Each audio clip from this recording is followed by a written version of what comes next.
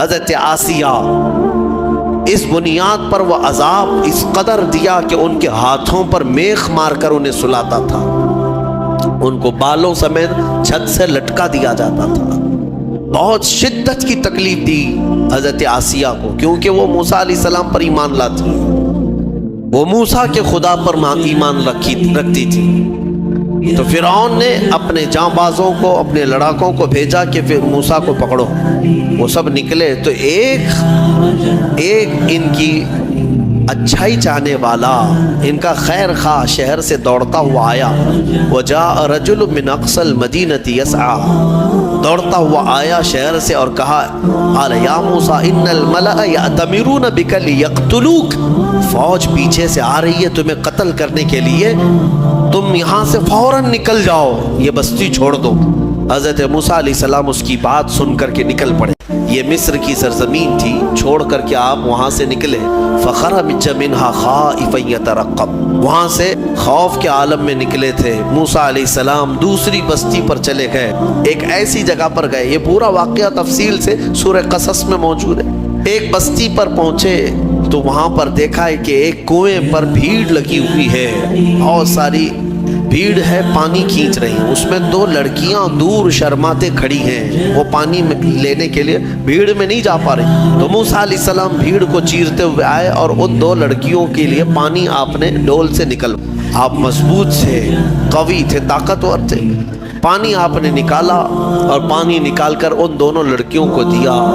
تو وہ جوان لڑکیاں تھیں، انہوں نے کہا کہ چلو ہمارے باپ اس شہر کے بڑے نیک اور پرہیزگار آدمی ہیں، ہم تمہیں لے کر کے چلتی ہیں اور اپنے باپ سے تمہیں اجرت دلائیں گے، تم دیکھنے میں بڑے اچھے لگتے ہو، اجنبی ہو، مسافر ہو، اجرت دلائیں گے جو پانی تم نے ہمیں ڈول سے کھینچ کر دیا۔ موسیٰ علیہ السلام ان کی بات پر چل پڑے۔ کہاں وہ دونوں لڑکیاں اپنے گھر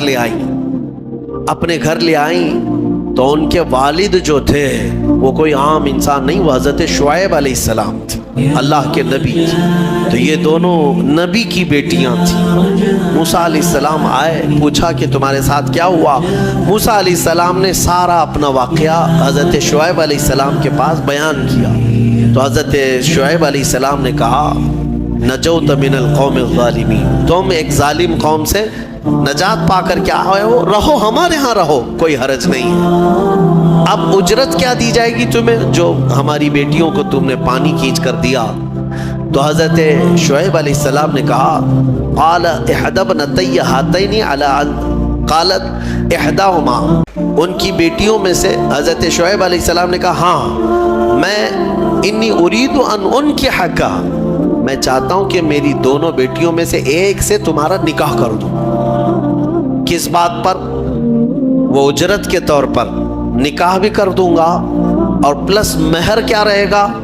مہر میں یہ رہے گا کہ میرے باغیچہ ہے ایک، اس باغیچے میں 8 سال تک تمہیں رکھوالی کرنی ہوگی، 8 سال تک۔ حضرت موسیٰ علیہ السلام نے کہا ٹھیک ہے۔ 8 سال کی بجائے 10 سال موسیٰ علیہ السلام وہیں رہے، شادی بھی ہوئی شعیب علیہ السلام کی بیٹی کے ساتھ، جن کا نام تاریخ میں حضرت صفورہ بتایا گیا۔ حضرت موسیٰ علیہ السلام کا نکاح ہوا، وہیں رہنے لگے۔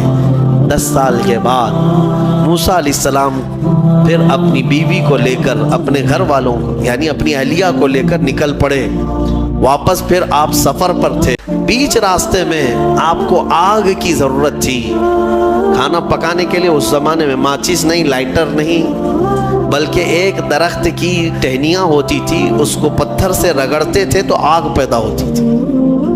وہ آگ کی ٹہنیاں، درخت ہی ایک آگ لگنے والا ہوا کرتا تھا۔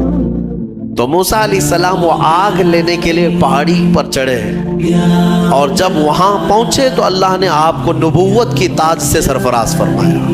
جبرائیل علیہ السلام آئے اور آپ کو نبوت کے اعجاز سے سرفراز کیا گیا اور اعلان کیا گیا کہ اے موسیٰ، آپ اللہ کے جلیل القدر نبی ہیں اور رسول ہیں، اب آپ جائیں اپنی اہلیہ کو لے کر واپس فرعون کے پاس جائیے، پھر آنا ہے آپ کو فرعون کی اس بڑی سلطنت میں۔ موسیٰ علیہ السلام پہلے اپنے گھر آئے اور اس کے بعد حضرت موسیٰ علیہ السلام جب آئے اپنی بیوی کو لے کر تو اللہ تعالیٰ نے فرمایا اب جاؤ فرعون کے پاس، اس کو ہدایت کی تلقین کرو، تبلیغ کرو، اس سے کہو کہ اللہ وحدہ لا شریک کی عبادت کرے۔